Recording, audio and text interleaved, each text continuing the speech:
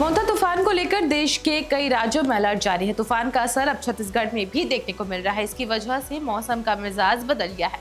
रायपुर सहित प्रदेश के कई इलाकों में भारी बारिश हो रही है। इसी के साथ विशाखापट्टनम जाने वाली फ्लाइट्स को भी रद्द कर दिया गया है। वहीं कुछ ट्रेनों को डाइवर्ट भी किया गया है। मौसम वैज्ञानिक गायत्री वाणी ने सीजी अनफिल्टर्ड से बातचीत के दौरान बताया कि मोंथा की वजह से आंध्र में सबसे ज्यादा इफेक्ट होगा।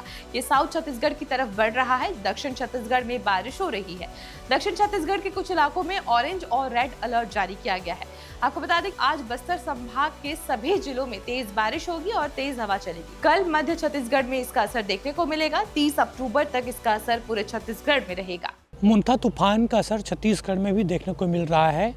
विशाखापट्टनम जाने वाली फ्लाइट को भी रद्द कर दिया गया है। इसके अलावा छत्तीसगढ़ के कई हिस्सों में तेज़ हवा और बारिश का नज़ारा भी देखने को मिल रहा है। हमारे साथ इस संबंध में बातचीत के लिए गायत्री वाणी जी हैं, मौसम वैज्ञानिक, उनसे बातचीत करते हैं। मैम, सबसे ज़्यादा आंध्रा में इसका असर देखने को मिल रहा है, लेकिन छत्तीसगढ़ में भी इफेक्ट करेगा ये?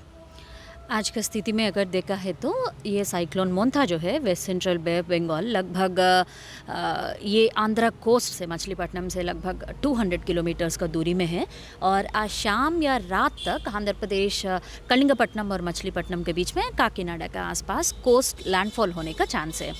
लैंडफॉल होने के बाद उत्तर पश्चिमी का और उत्तर उत्तर पश्चिमी का और बढ़ते हुए दक्षिण छत्तीसगढ़ का और आने का चांस है, जिस प्रभाव से ऑलरेडी आपको क्लाउडी कंडीशंस छत्तीसगढ़ में, सेंट्रल छत्तीसगढ़ और उत्तर छत्तीसगढ़ में भी देखने के लिए मिल रहे थे और दक्षिण छत्तीसगढ़ में तेज़ हवा मतलब लगभग 60 to 70 किलोमीटर्स पर आवर तक भी जाने का चांसेस है। हमने ऑरेंज अलर्ट जारी किया था दक्षिण छत्तीसगढ़ के लिए।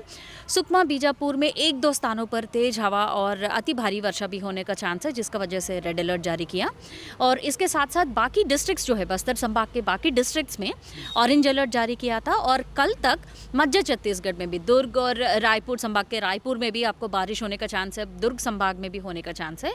और परसों मतलब 30 अक्टूबर को उत्तर छत्तीसगढ़ में बिलासपुर और सरगुजा संभाग के डिस्ट्रिक्ट्स में 1-2 स्थानों पर भारी वर्षा होने की चांसेस है। ये दक्षिण छत्तीसगढ़ में ज़्यादा असर करेगा?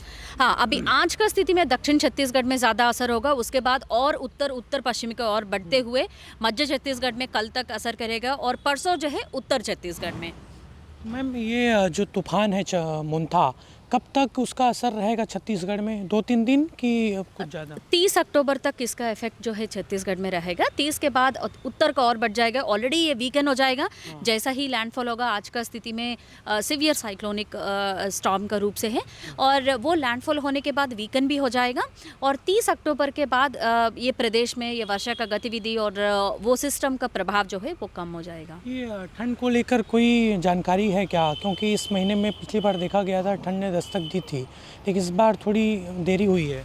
पिछले हफ्ते तक अगर देखा है तो न्यूनतम तापमान ऑलरेडी सामान्य का अंतर्गत ही था। अभी ये तूफान की वजह से, ये साइक्लोन की वजह से आपको ये न्यूनतम तापमान थोड़ा वृद्धि हुई है। अधिकतम तापमान अभी 2 से 3 दिन तक लगभग 2 से 3 डिग्री का कम होने का चांसेस है और ये तूफान का असर जैसा ही कम हो जाएगा, ये सिस्टम का असर जैसा ही कम हो जाएगा, आपको 4 या 4 डेज़ के बाद मतलब लगभग 31 अक्टूबर से न्यूनतम तापमान में गिरावट होने की संभावना है।